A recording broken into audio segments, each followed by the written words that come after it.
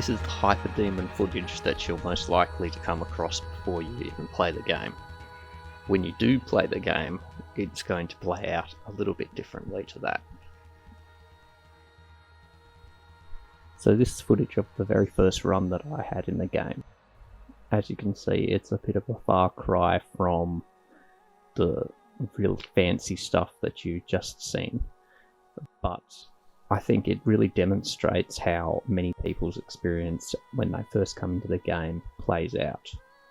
I came from Devil Daggers, where I've clocked at least 1100 hours, and I felt like I really had to rewire my brain to even begin to understand how all the game mechanics worked and how I could best apply them. Now I'm sitting in the top 10. I figured it was about time to make a general guide and help people to understand some of the base mechanics, the way the enemies function, the way the game works, the spawn cycle, all of those things, and just try and put all of that information forward in a way that can be useful to people just starting out in the game, or if you're already at a beginner intermediate level. Looking at the leaderboard, you can definitely see that there's some people that really grasp what the game is about and what it's asking you to do, and there's definitely a wide majority that have picked up the game with the expectation that they'll walk in and absolutely destroy, and reality has kind of kicked in and they've not returned. I'll also spend some time breaking down my current best run, as I think that there will be a lot of information there to help you understand the mindset of a high-level player in terms of what they're prioritizing and how they're dealing with the chaos that you see on screen. So hopefully you enjoy this guide.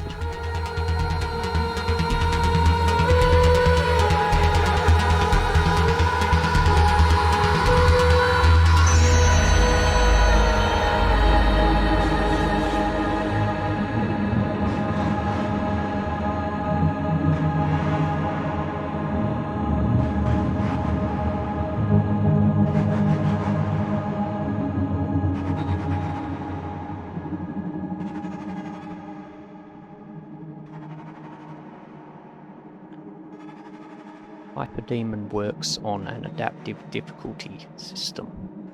The best way to see this in action is to start a game of Hyperdemon and leave the first enemy alive. As you'll see, no other enemies will spawn.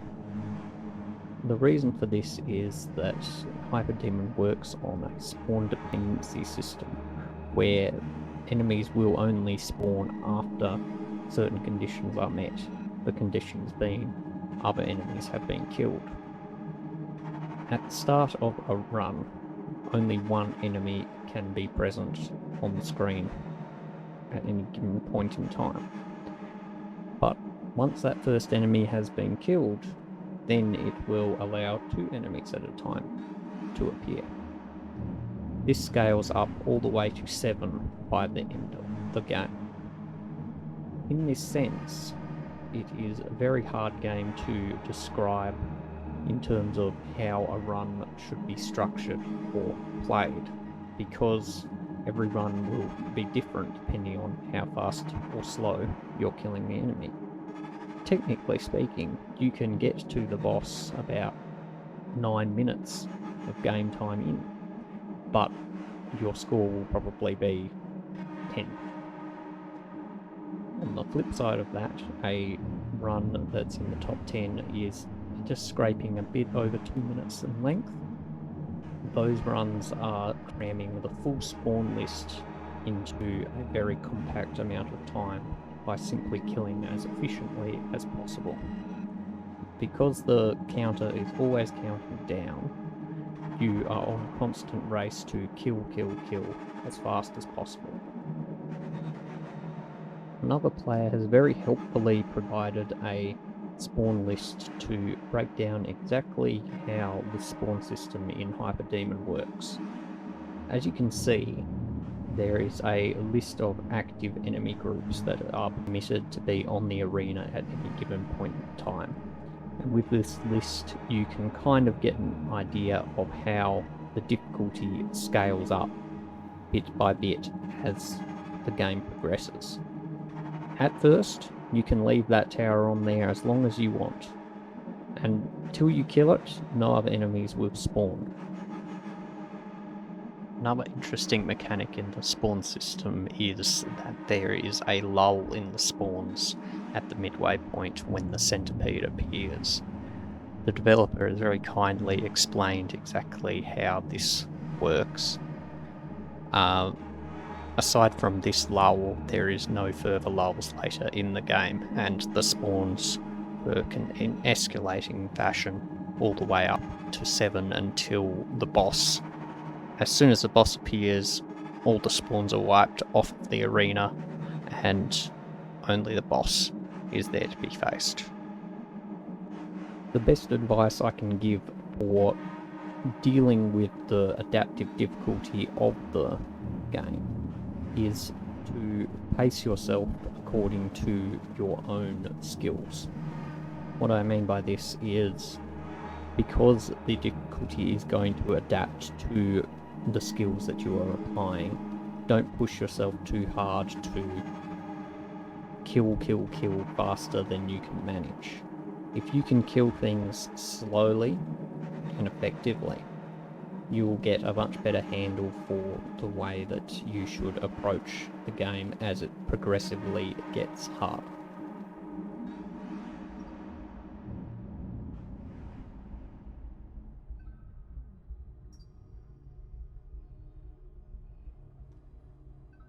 Because the developers have already provided several tutorials addressing how to approach certain enemies in the game, I won't be speaking at length about how to kill each enemy.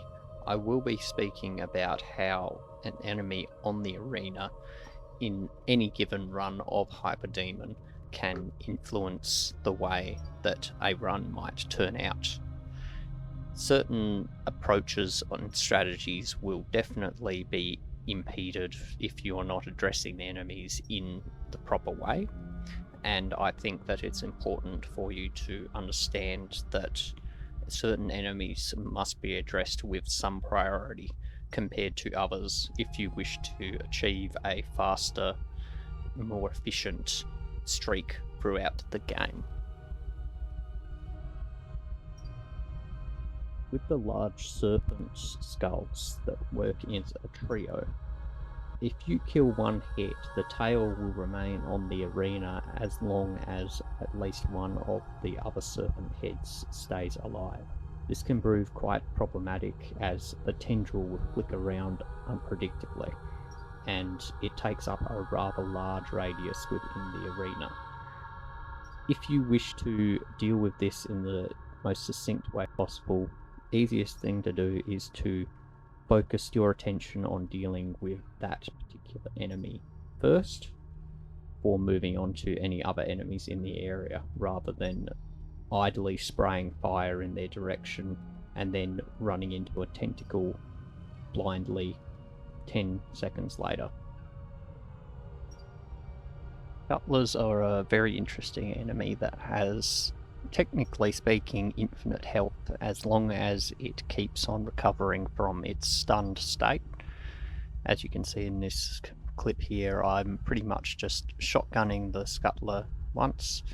It lays on the ground, flashing for a little bit, and once it recovers, it will leap up into the air and come flying straight at you. This is exactly the reason why I tend to always focus on not just stunning, but killing the scuttler immediately after. Otherwise, you're just asking for trouble by stunning it, running around in the arena, and then turning around and getting a face full of cockroach. Scuttlers are a bit of a complicated enemy in that when they get stunned, they fly up into the air before landing on the ground. Now, sometimes if your character's standing in the wrong position, they will get squashed flat like a pancake, or they'll just fall over and die because the hitbox for them is exceptionally wide. Other times, even if it's falling on you, if you're just moving in any direction at that point of time, your character will essentially launch off of them into the air and kill them in the process. Obviously, this is something that can be linked together into a series of scuttler bounces, essentially, and that is often done by high-level players in rapid succession to quickly chain together as many kills as possible and move swiftly from one side of the arena to the other. Now, at a beginner and intermediate level, and even at my level, I tend to avoid doing that just because I'm not 100% confident in the skill, and because as you're moving airborne, it's more likely that you're going to get hit by something out of your control, such as another scuttler or a random rogue skull that's flying around. So there are many elements that you're bringing into the equation when you choose a more vertical approach.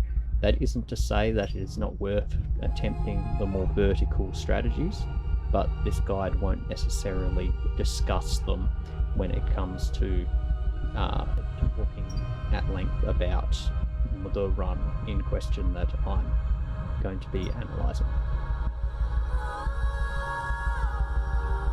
Something that I like to practice when it comes to dealing with spiders in quick succession is to apply some of my movement tech, which will be discussed a bit further into this guide, and that involves doing fast, accelerated strafes into bunny hops towards the spider on, say, the other side of the arena. I'd move quite close by the spider as it will trigger it to drop and turn its face with a gem directly towards you. Because you will find that damaging the spider only slightly will cause it to drop underneath the ground, it's quite advisable to not fire anything in its direction unless you're ready to commit to shooting all of the gems that it has.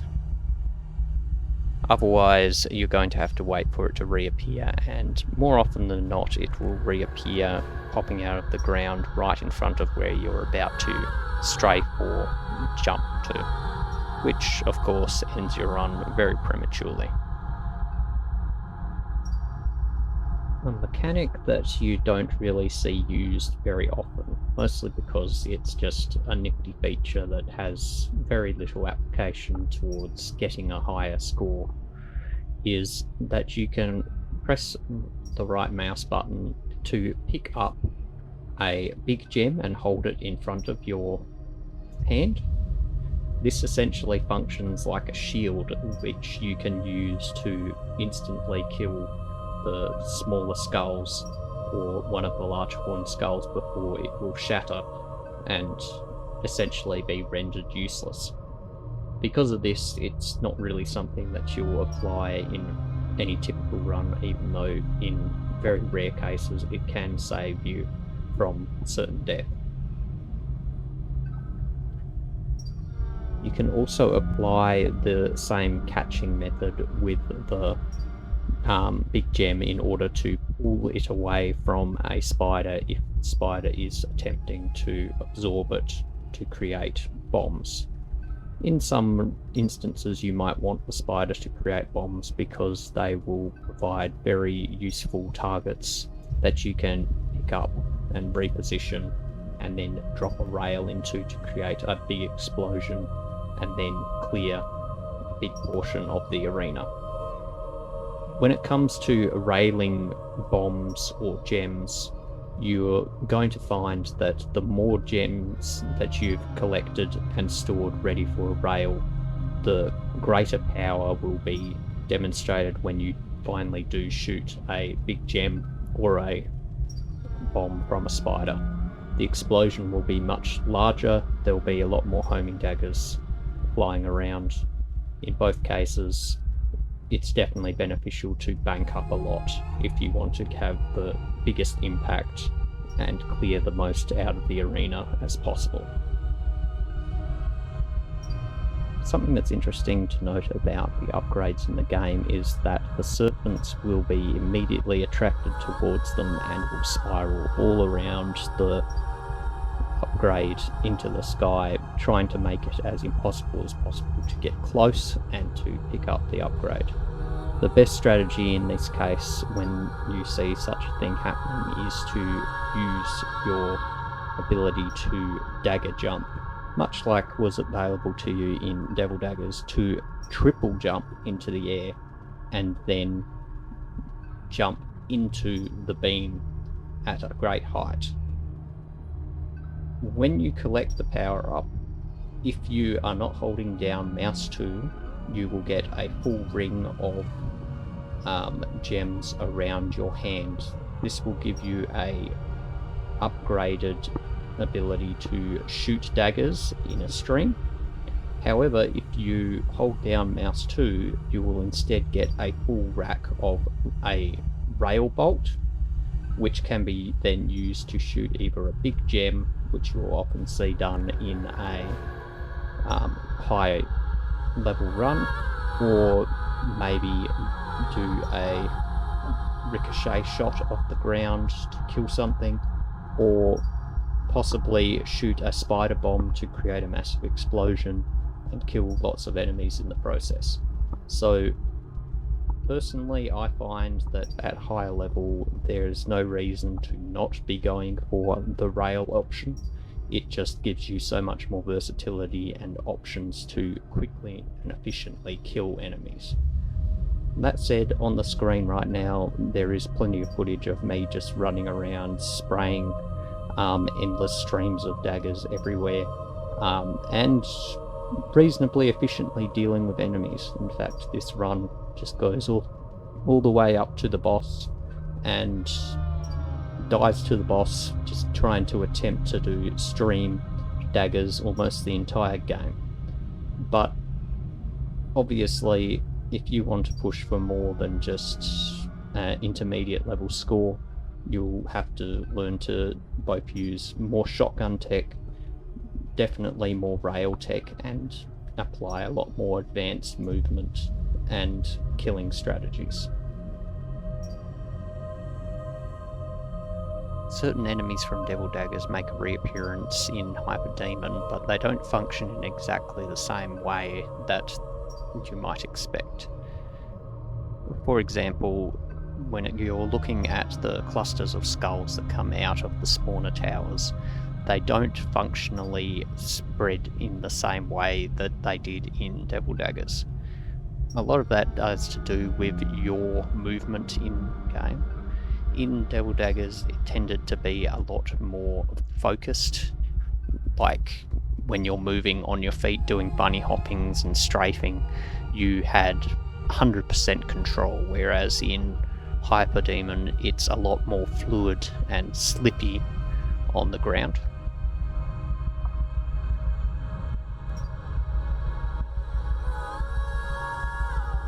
There's not too much to say about the spawning towers other than killing them before they begin to spit out skulls is definitely the optimal way to approach it.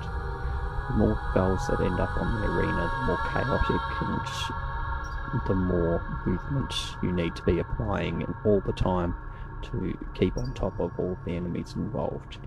And on top of that, killing small skulls doesn't add anything to your score and tends to draw your attention away from the more important priority targets. When it comes to the spawners, you will get 6 points for killing it if it has already spat out the big horned skull. If you kill the horned skull in its lonesome, you'll get 3 points of score, but if you kill the spawner tower before the skull has come out of the tower, you'll receive 9 points of score. So in that sense, it's much more beneficial to kill the spawner before it can spit anything out. The centipede, aside from interrupting the flow of the spawns in the game, is also quite an interesting enemy in terms of how it functions mechanically.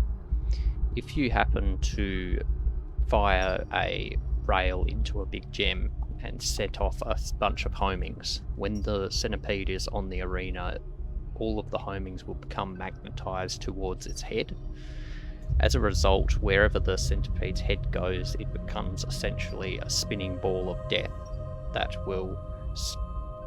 can run into any sort of enemy and pretty much instantly stun or kill it. This could be useful in a few ways, but most of the time when you fire off a rail into a big gem, you want to have some more immediate impact. On the flip side of this, if you kill the centipede, the head will remain on the arena. You can simply shotgun it a few times to break it into smaller gems that can be used for railing or stream, if that's what you prefer.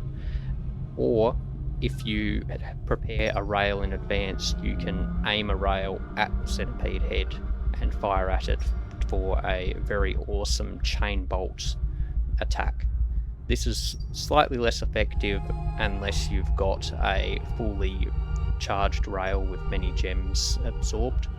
If you've only got a few, the chain bolt effect will do minimal damage to everything, and you'll find that it's not making it a very strong argument for itself compared to doing a big gem rail. The bombs from spiders can also be quite an effective way to kill the centipede efficiently.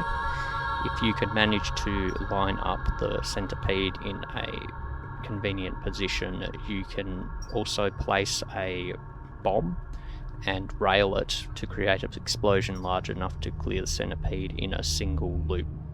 This is quite hard to do, but you can see it demonstrated here.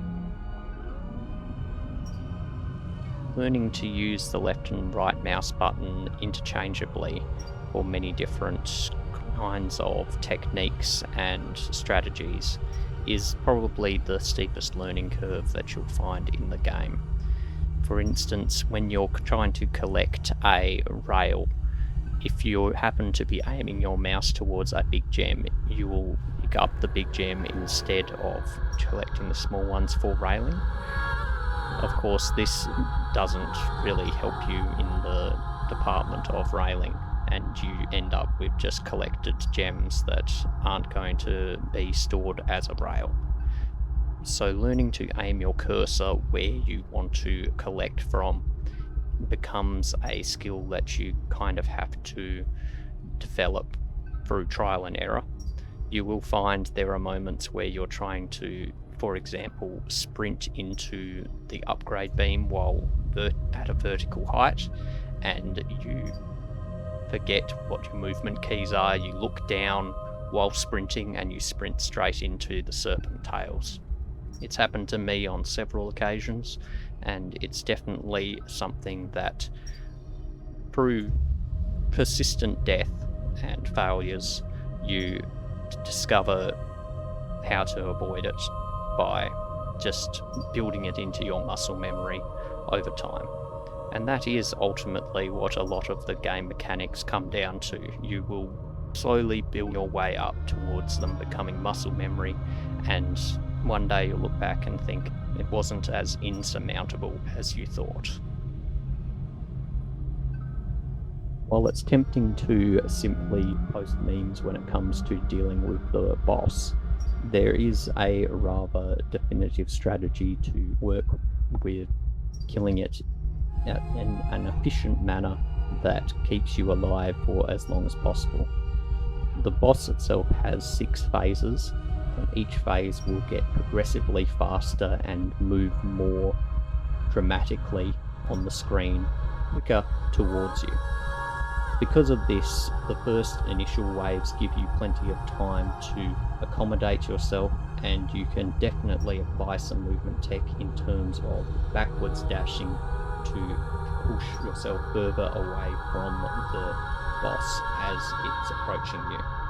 As the waves progressively get harder and harder, you will find that you cannot move backwards fast enough to simply outpace it. you will need to actually hit the eye with either dagger stream or shotgun shots in order to slow down its approach towards you.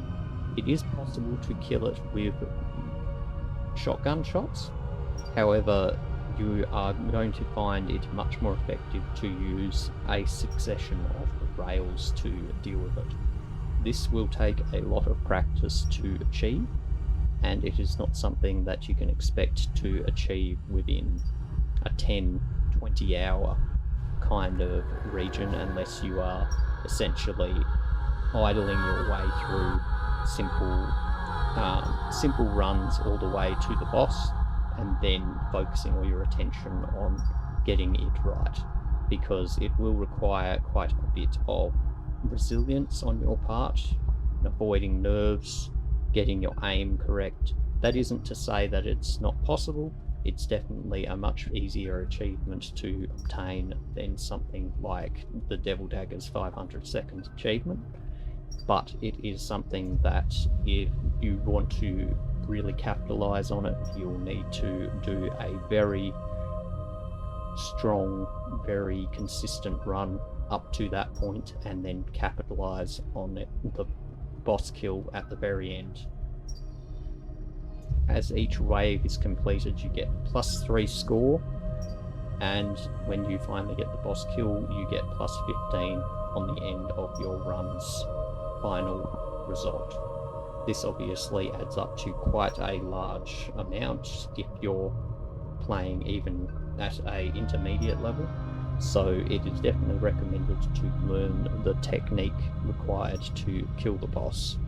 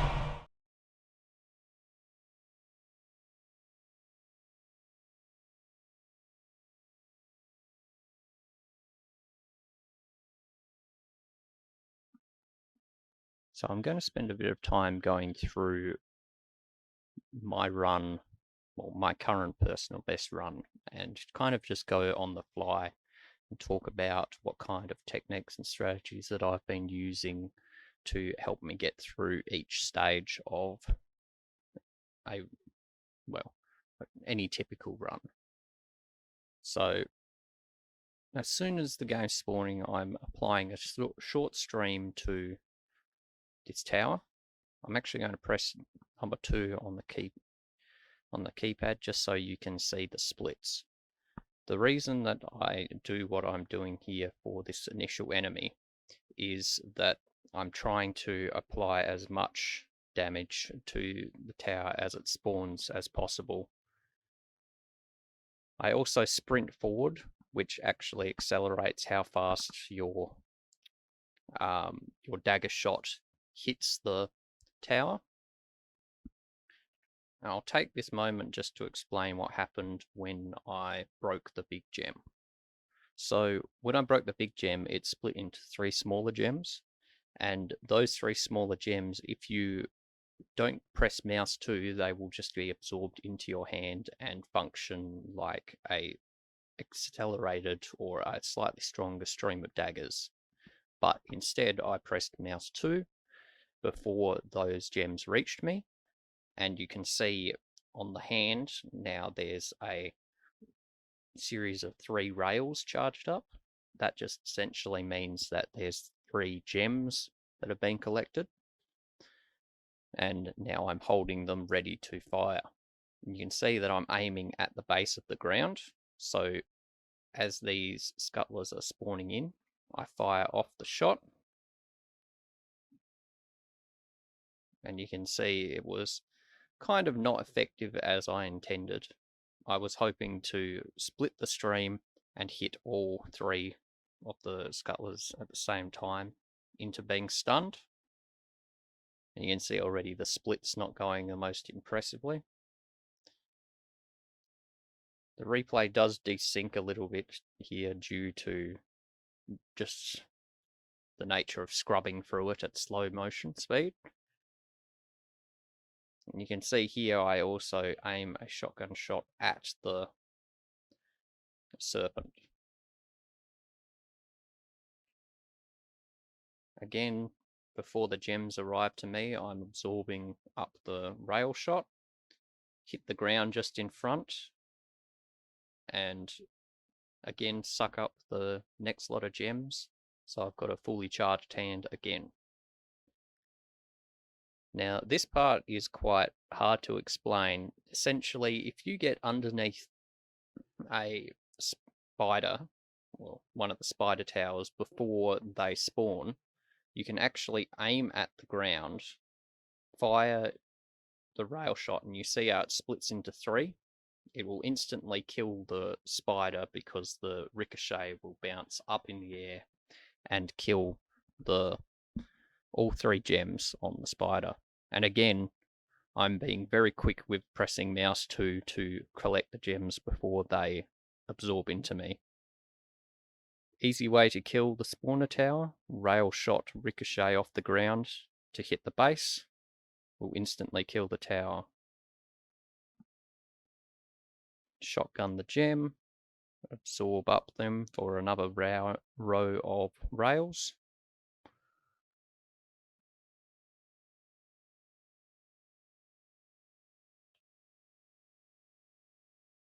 And when the scuttlers spawn in again, that's the kind of effect I'm looking for. At least one gets killed, and I can quickly shotgun down the others. It is possible to jump on them, but I find that it's not as safe to do that. So here I'm not doing any railing because there is a spider already on the arena behind me. I just focus on getting the serpent cleared out before I do a sliding strafe over to the spider, as I discussed in the earlier section. Do a strafe past him and then quickly shotgun 3 times in succession. Absorb those in for a rail, quickly kill the tower. If you're very fast there, you can kill it before it spits out any skulls. Get another rack of gems ready. Usually I can stun all 3 of them without much issue, but sometimes it's a little bit less effective than others. Depends on your aim in the heat of the moment, because playing at full speed, this will only be done in the span of 10-15 seconds. So essentially here, I'm just trying to prioritize getting scuttlers off the board. And then once the scuttlers are dealt with, I try and get the tower so there's an exposed large gem. Do a quick dash across the arena, same manner as before, to get to the spider as quickly as possible. And of course, with these other skulls on the arena, it becomes a little bit complicated. As you can see, the serpents start to encircle the upgrade even before it comes in. I overshoot it, but I come back, and as I'm holding mouse 2, I've got a full row of gems, or a full row of rails. Shoot the big rail, and boom. Huge explosion, homing rails go everywhere. And then I air dash over to the stun scuttlers and bounce off each one. Now, sometimes you can get lucky and the spiders will get cleared out here, and you don't have to worry about serpents or anything, but I kind of over damaged that one, and it exploded quite nicely. Here, you start getting these strange phantom spawners where 2 appear, but only once one dies, the other disappears. Again, I'm absorbing the gems with mouse 2, trying to get quite efficient ricochet shots, doing the quick shoot past the spiders to do as much damage as possible with shotgun shots. And the centipede's already on the arena. Now, as discussed earlier, if I leave the centipede alone, no other spawns will come until I've dealt with him. So I tend to prioritize killing everything else.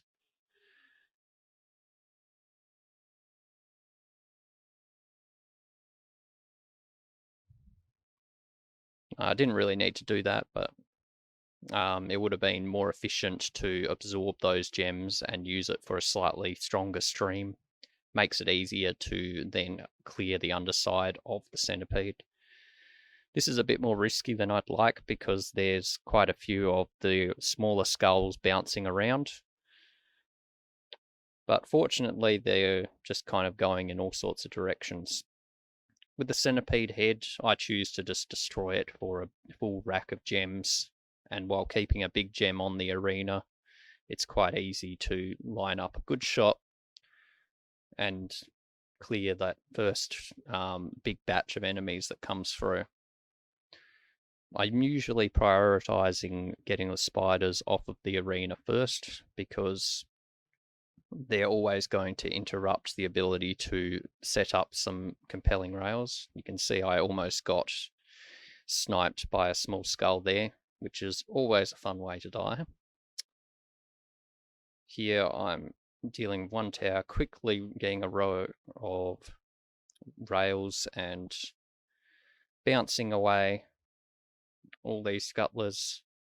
I find that shotgunning them on the ground works for me, but it might not work for everyone. It's always nice when you can almost immediately spawn kill those serpents as they're coming into frame, because they do take up quite a bit of the arena.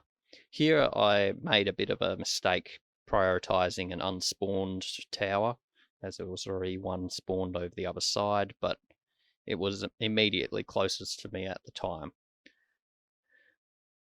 So here, as the spider managed to get the gems before I could, I decided to drop an egg bomb back in its face.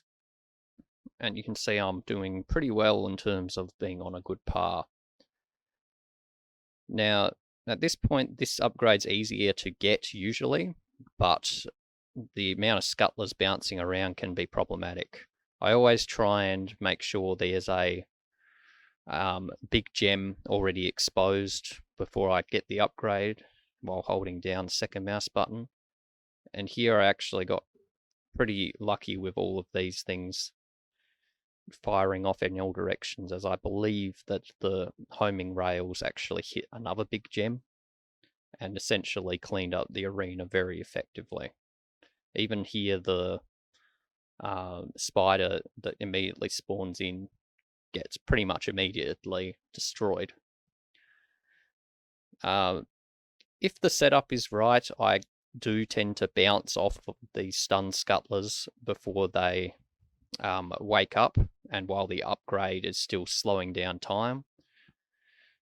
Again, because there's so many small gems on the arena, every time a spawner tower's coming in, I always shoot its big gem and try and get the spirals going. Sometimes the homing rails can be quite ineffective, and you see they just spiral off into the darkness for a while. Here I'm sticking to the outside of the arena because the middle, kind of like in Devil Daggers, is where a lot of the absent-minded enemies like scuttlers will just kind of drift around, and unless you're really focused on a lot of very precise movement, you're not going to have a fun time getting into the middle of all of them, trying to kill them as efficiently as possible, which is why I'm moving back and forth along the outside rim of the arena.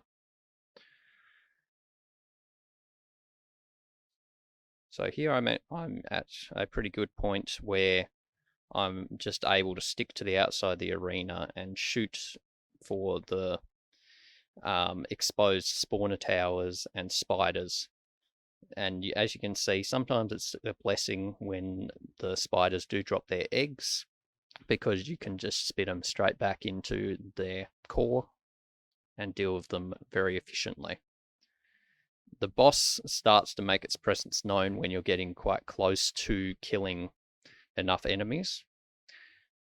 Here is about where it's going to pop in, and you can see that after I kill this tower, the boss wipes the whole arena, and I've managed to press mouse 2 and get a full run of rails. As soon as the eye appears, I'm backwards dashing already.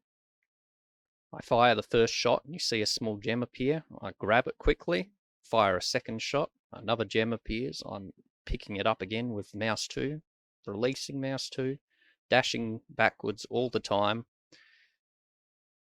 Dashing backwards, absorbing gems, firing them back, and it's dealt with. Now that took a lot of practice to achieve, and it was definitely not something that I could achieve overnight. It took me, well, at this point in time, this personal best took me 114 hours to achieve. Definitely it could be done quicker than that. It's just more a matter of you need to focus a lot of attention on understanding what to do at each point in time, and really it comes down to a lot of stamina and a lot of tolerance for dealing with chaos, because every run is going to be involving some element of improvisation, and it depends on your tolerance for that improvisation, because there's definitely parts of the game that can be more predictable than others, but if you're inviting spawner towers to spit out skulls and not addressing enemies in a manner that, helps clear them off the arena quite quickly, they're just going to start causing bigger problems for you down the line. Ultimately, the game is about killing as efficiently as possible, and hopefully, at least by me sitting there and analysing that run, it's given a little bit more context as to how you might approach any given run coming forward in the future.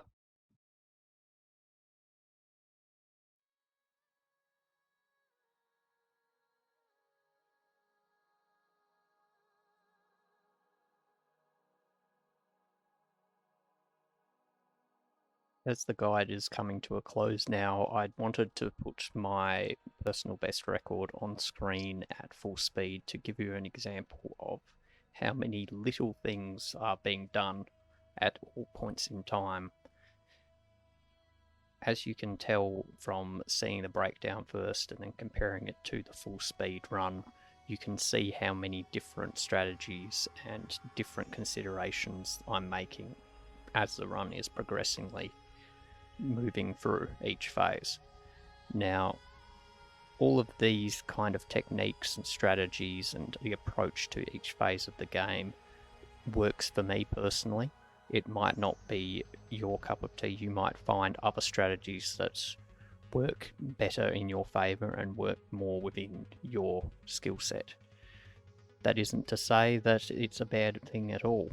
If anything, the best thing that I find about Hyperdemon is that it gives you the opportunity to explore many, many different game mechanics, and you can choose to which extent you are applying them in which contexts.